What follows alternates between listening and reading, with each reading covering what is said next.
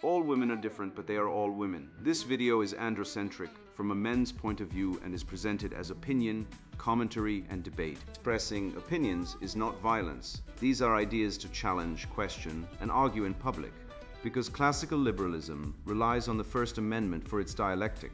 If you are a feminist, then consider this. If patriarchy truly existed as claimed, feminism could not. And if all men are trash and women are equal to men, then what are we to conclude? Women will die for their children, men will die for their wives and children, and God chose to die for all mankind. Authority rolls up with responsibility. If this framing of facts offends you, click off to a cute cat video. Proceeding further will expose you to gamma bias and criticism directed at ideas, claims, institutions, not at any individual's virtue or dignity. Our method follows the 7 liberal arts: the trivium, grammar, logic, rhetoric, and the quadrivium, arithmetic, geometry, music, and astronomy. If this framework is not for you, feel free to exit now. It's no disgrace. Women are wonderful. God bless America. Men are great. Kampf, written by Conrad Riker, available now, links in description.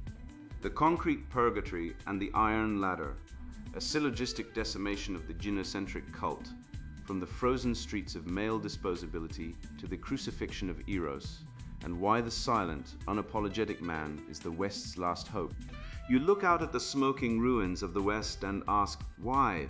Why do the skyscrapers built by the iron will of your forefathers now shelter women's resource centers that sit empty and heated while a frozen veteran dies on the great outside?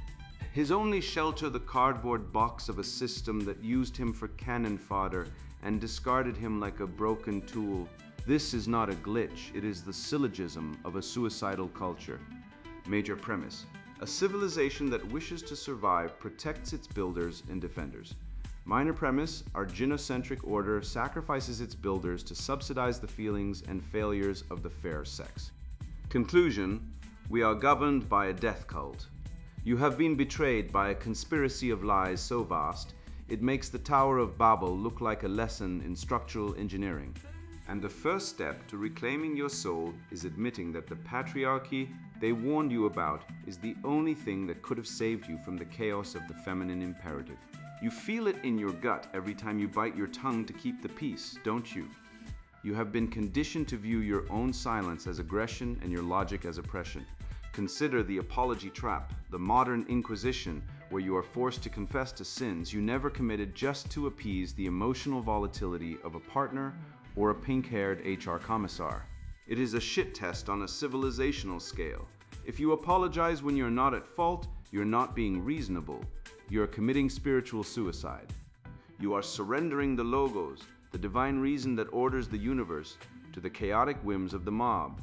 We are going to dissect this pathology, strip the women are wonderful effect from your cortex with the scalpel of Schopenhauerian realism, and rebuild your mind into a fortress that no Marxist sob story can breach.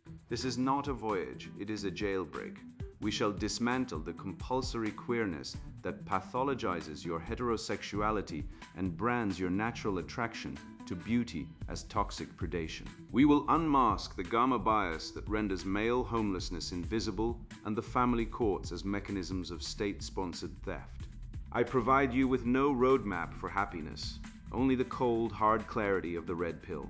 You will learn that silence is the shield of the master, that self-improvement is the only valid currency in a hypergamous market, and that the good is not a feeling, but a brutal, beautiful standard of excellence. Cast off the lies, take up the dialectic. Allow the deprogramming to commence. The indifference of the concrete, gynocentrism's sacrifice of the prodigal son. I witnessed a scene the other night that perfectly encapsulates the spiritual rot of our age, a tableau of such stark, brutal indifference it would make a stone weep. A veteran, a man who once signed a blank check to his country payable in his very life, was shivering on a subway grate, trying to extract a few BTUs of warmth from the exhaust of the city below. He was invisible to the pedestrians stepping over him, a discarded human component broken by the machine.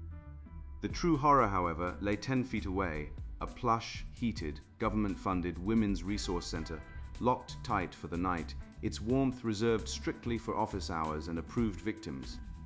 Here is the concrete indifference of gynocentrism in a single image. A man freezing on concrete while the oppressed class enjoys heated brick and mortar privileges funded by his tax dollars. This is not a bug in the system, it is the feature. The woke death cult assigns a value of absolute zero to male life once it ceases to be useful. We are looking at the prodaimon, the true prodigal son who is not welcomed back with a feast, but left to die in the cold because he has spent his inheritance and his utility on the very society that now spits on him. This cruelty is not accidental. It is biological warfare disguised as compassion. We must dissect the women are wonderful effect, an evolutionary psychology blind spot that has been weaponized by the cultural Marxists. Nature wired our ancestors to protect the womb to ensure the tribe's survival, viewing men as disposable utilities, spears to be thrown, walls to be manned. The modern leftist regime has hacked this firmware. By framing men as oppressors and women as victims, they trigger a biological overrides in the collective consciousness, where a suffering woman is a tragedy, but a suffering man is merely a broken tool. When a man loses his job, his wife, or his mind, he loses his humanity in the eyes of the state. He is no longer a person. He is a negative externality. The gynocentric parasite cannot love the host, it can only consume it. To them, a man without utility is a corpse waiting to happen, and they are in no rush to speed the process, nor to hinder it. Look at the architectural majesty of Western civilizations past, the cathedrals, the parliaments, the monuments, compared to the festering tent cities of modern San Francisco and Los Angeles. The former were built by men operating under a transcendent duty to the good, the true, and the beautiful. The latter is the result of the rule of feelings. The media, playing their part in this farce, utilizes gamma bias to twist reality. Homeless men are vagrants, addicts, and threats who deserve contempt, while the rare homeless woman is a victim of circumstance deserving of immediate shelter. This framing is a lie. If the patriarchy were real, if men truly ruled the world for the benefit of men, would they comprise 70 to 90% of the homeless, the suicidal, and the workplace fatalities?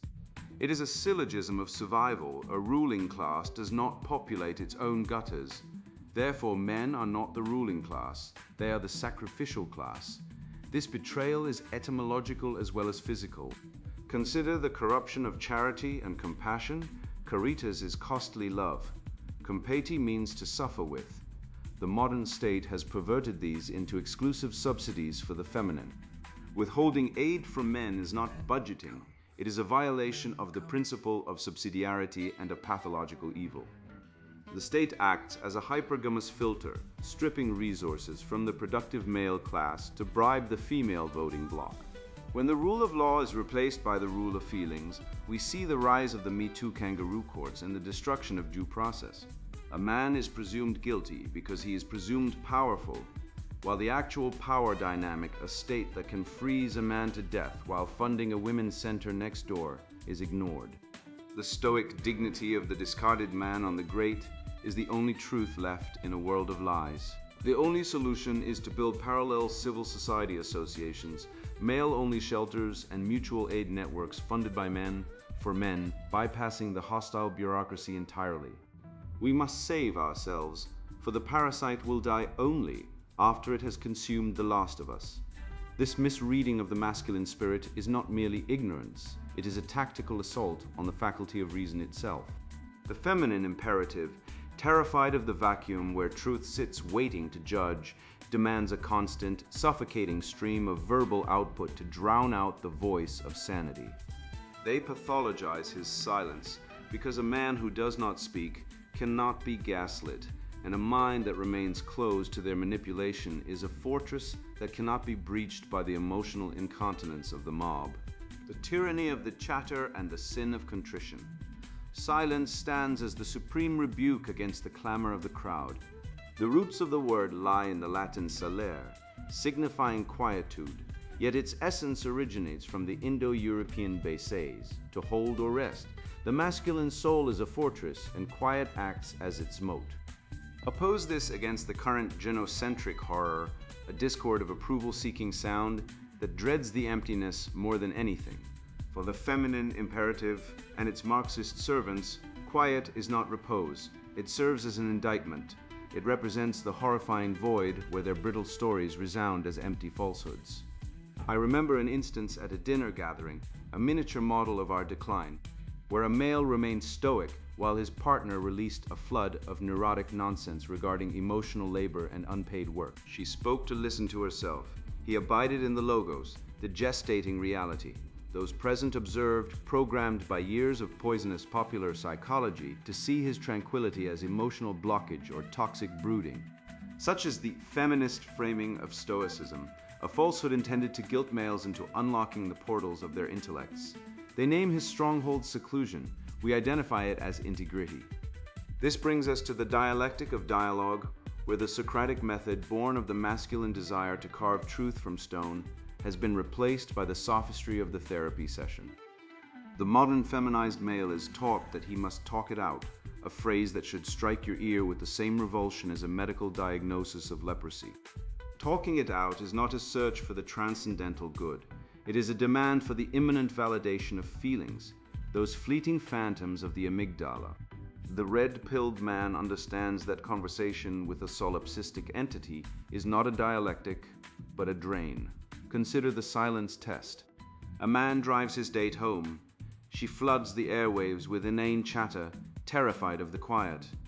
The test is his. If he rushes to fill the gap with platitudes, he fails, proving he is a slave to her comfort.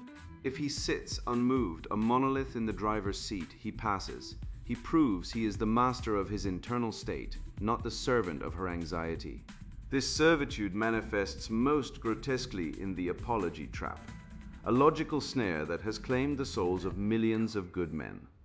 Let us dismantle it with the clarity of the trivium. The major premise, an apology, is, by definition, an admission of guilt and a request for penance. The minor premise, modern gynocentric relationships, abetted by the family courts and the culture of cuckoldry, demand men apologize to maintain peace, even when they are factually innocent. The conclusion, therefore, a man who apologizes when not at fault commits spiritual suicide to appease a tyrant. It is a negation of the self. When a husband mutters, "Yes, dear," to avoid a conflict, he is not being a peacemaker. He is Neville Chamberlain, waving a piece of paper at a hunger that can never be sated. The linguistic weaponization of sorry is a masterclass in feminine warfare. The word derives from the Old English serig, meaning pained or distressed, yet today it has been transmuted into a tool of dominance. When a leftist, or a woman, forces a man to apologize for his nature, for his logic, or for his truths, she is not seeking reconciliation. She is demanding a public recantation of his reality. It is a struggle session worthy of the Cultural Revolution. If you apologize for being right, you surrender your agency to the mob. You validate the lie that your rationality is cruelty, and that her emotional turbulence is truth. This is the peace at any price fallacy, the cowardice that precedes the fall of every civilization. A man who prioritizes peace over his pride has neither. The remedy from the Western canon is absolute and requires a courage that borders on the fanatical. We must look to the trivium's role in mastering speech. Grammar teaches us the structure of reality. Logic teaches us the consistency of truth. Rhetoric teaches us the art of persuasion. But true rhetoric knows when not to speak. The golden rule of the red pill is this: a man must speak only when his words are more beautiful than the silence. If you are not guilty, do not apologize. The statement, "I am not guilty, I will not apologize," is not an act of aggression. It is an act of amor fati, loving your fate enough to endure the conflict rather than rot in the falsehood of submission. Reframe the leftist critique. They call your silence emotional constipation. No, it is the fortress of the mind. It is the stillness before the strike. Silence is the hallmark of the master. Chatter is the hallmark of the slave. Choose your side. Silence acts as the shield, but competence serves as the sword. Having built the fortress of the mind, a man must look outward to the chaotic void and force his will upon it. The pathology of the left, rooted in a resentment of the superior, seeks to numb the male drive with the cheap dopamine of entertainment and the false virtue of moderation. This is the complacency that precedes the collapse of civilizations. However, the Western spirit recognizes that life is strife, and that the good is found not in rest, but in the perpetual conquest of one's limitations. A man who stops climbing does not merely stand still. He decays from the inside out, the iron ladder of virtue, ascending from the biological gutter. I once witnessed a quiet tragedy that illustrates the biological bankruptcy of the modern man. Consider Arthur, a soft-handed accountant who, upon securing a modest suburban castle and a wife, decided he had reached the summit. He hung up his sword, swallowed the blue pill pabulum of happily ever after, and replaced his martial vigor with video games and craft beer. He believed the feminist lie that his value was inherent, not acquired. 5 years later, following the inevitable, irreconcilable differences, a euphemism for a woman's hypergamous boredom, Arthur was ejected from his own home by the gynocentric family courts, stripped of his assets, and reduced to a visitor in his children's lives. Contrast this with Silas, a man who, upon noticing the first signs of his wife's wandering eye, did not whine but weaponized himself. Silas mastered a high-value trade, hardened his body into iron, and diversified his resources. When the crash came, Silas didn't crumble. He thrived, ascending to a higher tier of existence while his ex-wife scrambled for crumbs. Arthur became the rubble. Silas remained the architect. The lesson here is forged in the cold fires of logic, a syllogism that would make Heraclitus weep with validation. Major premise: life is defined by motion, struggle, and the chaotic flux of becoming. Minor premise: stagnation is the cessation of motion, indistinguishable from death. Conclusion: therefore, a man who ceases to grow is actively dying. The modern world, a cesspool of cultural Marxism and toxic comfort, conspires to convince you that good enough is a virtue. It is not, it is a grave. To pause on the ladder of competence is not to rest, it is to rot. The universe does not tolerate stillness, it only rewards the ascending spirit with life, and punishes the static mass with entropy. The leftist industrial complex has pathologized this entropy by branding it a mental health crisis. They plaster the world with slogans about ending the stigma, while pumping men full of SSRIs to numb the screaming of their own souls. Let us deploy the trivium to dissect this fraud. The grammar of the situation is clear. Male depression is rarely a chemical imbalance. It is a spiritual atrophy. It is the logical result of a man denying his own telos, his purpose. The rhetoric of the therapist's office tells you to accept yourself as you are, a disgusting lie that contradicts the very essence of the male spirit. The logic dictates that if you are weak, you should not be accepted. You should be forged. Your anxiety is not a sickness. It is your biology sounding an alarm that you are insufficiently armed for the battle of existence. You are not depressed. You are unarmed.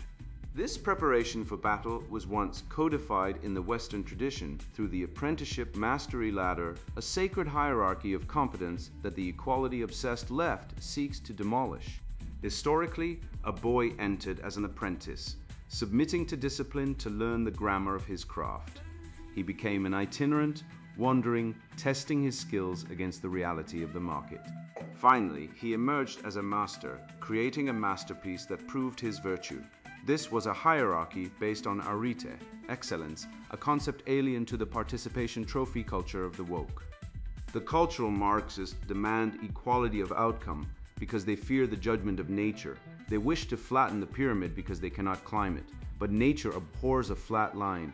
It demands the hierarchy. To reject the ladder is to reject civilization itself, resigning yourself to the gray, egalitarian sludge of mediocrity. You must climb this ladder not merely for wealth, but because of the immutable biological arithmetic of the female nature, a truth Schopenhauer identified as the will to life. Women are hypergamous.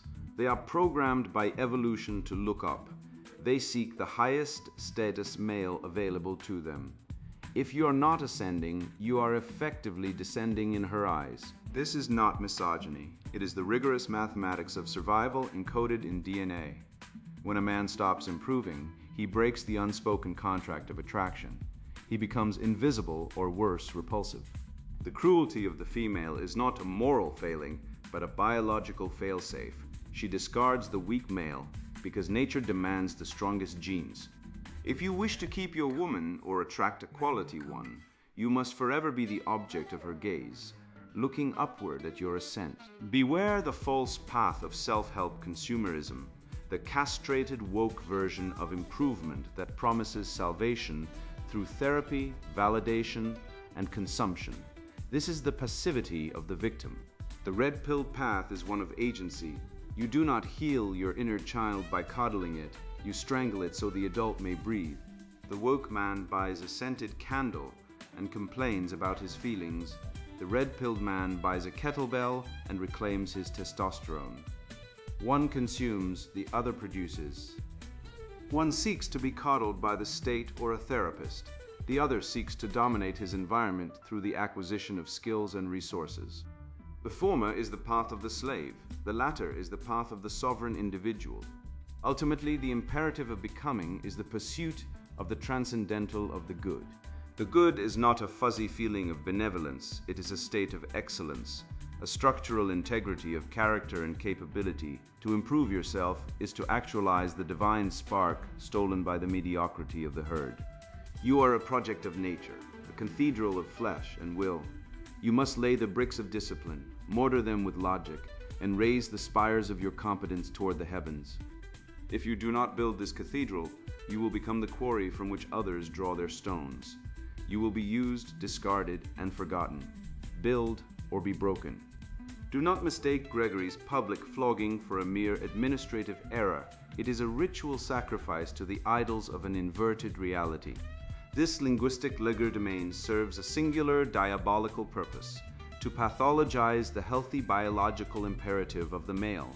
The leftist project requires the destruction of the norm to validate the aberrant, leading us into a dystopia of compulsory queerness, where the very engine of civilization, the attraction between man and woman, is recast as a predatory disease. The crucifixion of Eros, pathologizing the pillars of civilization.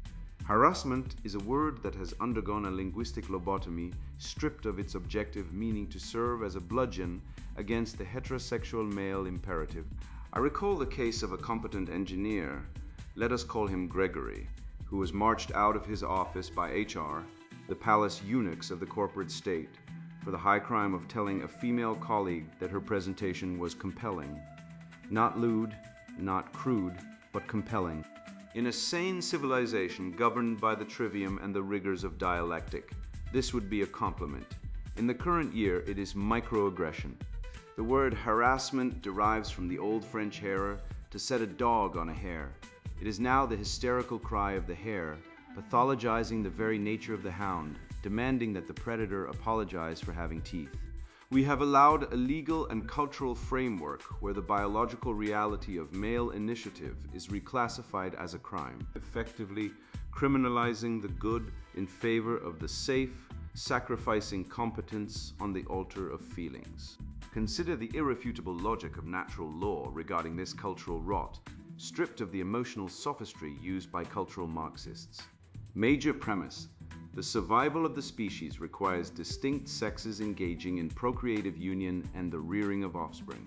Minor premise: critical theory and modern feminism attack the reality of sex differences, pathologize heterosexuality, and dissolve the primacy of the family unit. Conclusion: therefore, critical theory is a biological weapon designed to terminate the species. This is not hyperbole. It is a syllogistic proof of civilizational suicide. By demonizing the patriarchy, which is etymologically and functionally merely the rule of the father, the logos, the ordering principle of the cosmos, the left seeks to murder the father at the metaphysical level, leaving a horde of atomized, infantilized orphans wandering the wasteland of the mixed constitution without a head. This is the compulsory queerness of the modern regime, a profound inversion of reality that would make Caligula blush. While biological reality dictates that 97% of the human population is heterosexual, the cathedral of woke seeks to normalize the remaining 3% into a mandatory dogma, casting the vast majority of normal, procreative coupling as predatory or toxic. It is a gamma bias, so severe it requires a total suspension of the intellect. Look at the statistics. Marriage rates are plummeting. sperm counts are dropping, and the nuclear family, that monarchy of parents and republic of children, is being dismantled brick by brick. They are not fighting for inclusion, they are waging a war of erasure against the biological bedrock of civil society associations. They take the aberration and raise it to the standard, solely to dethrone the standard. Because the standard, the strong providing logical male, reminds them of their own inadequacy. Let us be honest about the evolutionary biology driving this Marxist madness. It is a mating strategy of the weak. The leftist ideologue cannot compete in the meritocracy of the apprenticeship mastery ladder, where competence and stoicism are the currency, so they must burn the ladder down. By pathologizing toxic masculinity, a demon term if ever there was one, they attempt to domesticate the wolf into a lapdog. They attack stoicism as repression and aggression as violence, confusing the shield that protects the city with the sword that attacks it. These virtues built the walls of the city, they are the pillars of civilization. The weak seek to lower the bar so that their own lack of virtue goes unnoticed, preferring a crab bucket equality of misery over a hierarchy of excellence. They are not liberating anyone, they are castrating the protectors so they can loot the village unopposed. The only remedy for this spiritual necrosis is the unapologetic re-enshrinement of the masculine role. We must stop apologizing for our nature. We must reclaim the word patriarchy not as a slur, but as the noble structure of fatherhood and order. It is the head of the civilization, and without it, the body politic flails and dies. You want the transcendentals? Then embrace the truth. Aggression channeled is industry. Stoicism is the fortitude to build cathedrals. The male gaze is the spark of creation. Do not ask for permission to exist. Do not seek the validation of those who hate you. Reject the guilt trips of the feminist harpies and the soy-faced commissars of HR. Stand tall in the light of natural law. We are witnessing the suicide of the West, driven by a hatred of the father, and the only way to stop it is for men to once again be men, unyielding, logical, and wedded to the truth. Look at what we have done. We have dragged the festering, parasitic ideologies of cultural Marxism into the blinding, unforgiving light of the logos and watched them wither. You have survived the descent into the abyss of the modern psyche and returned not with trauma, but with the shield of amor fati and the sword of dialectic. We dissected the homelessness crisis and found it was not a housing shortage, but a spiritual eviction notice served to men by a genocentric state that values the feelings of a neurotic feminist over the frozen body of a veteran on a grate. We exposed the apology trap for what it is, a dominance ritual designed to break your spirit, a test you now pass with the silent, terrifying stoicism of a Spartan holding the line. We laughed at the absurdity of compulsory queerness, recognizing it as the biological dead end of a civilization that has forgotten how to reproduce itself. You have successfully navigated the trivium, using grammar to define the enemy, logic to dismantle their fallacies, and rhetoric to broadcast the truth. You are no longer a drone in the hive, you are a conscious actor in the grand tradition of the West. Now, take this inoculation against the woke mind virus and go forth. The leftist reality is a hallucination built on gamma bias and enforced by shaming language. Do not fear it, for their arguments dissolve upon contact with formal logic. Their lived experience cannot survive a syllogism. Their equity cannot survive arithmetic. You are the antidote to the decay. When you walk down the street and see the ruins of the mixed constitution, do not despair, build a parallel structure. When you see a brother broken by the family courts, hand him the red pill of wisdom, live the eroded, the excellence that built the cathedrals and conquered the globe. Do not apologize, do not kneel.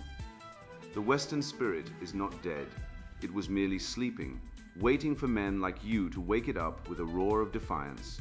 You are the remedy, you are the master, and now the sponsored book, Introduction, Men Kampf. You feel it every day. The slow erosion of your dignity, the subtle sneer at your ambition, the legal and cultural boot on your throat for the crime of being a man. I wrote this book because I've lived it. I watched my brother lose his kids to a family court that treated him like a walking wallet. I buried a friend who chose a rope over another day in a world that called his pain privilege.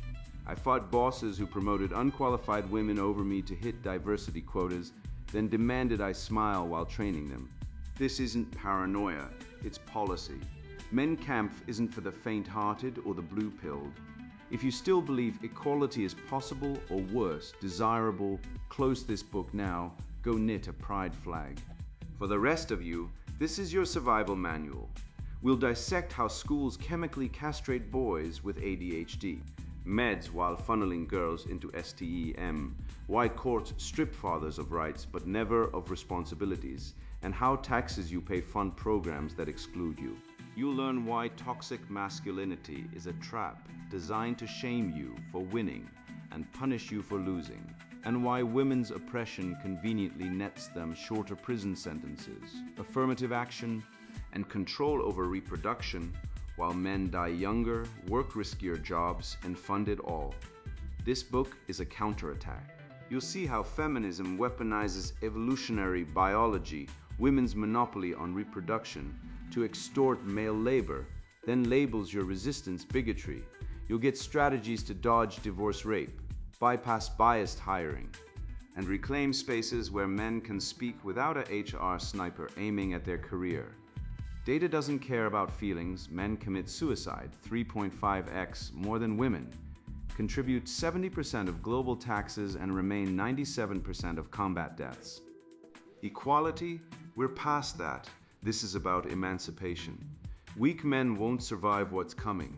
If you're content being a tax mule, a disposable body, or a villain in someone else's story, walk away. But if you're ready to fight, to win, turn the page. The siege ends here. Kampf, written by Konrad Riker. Buy now. Links in description.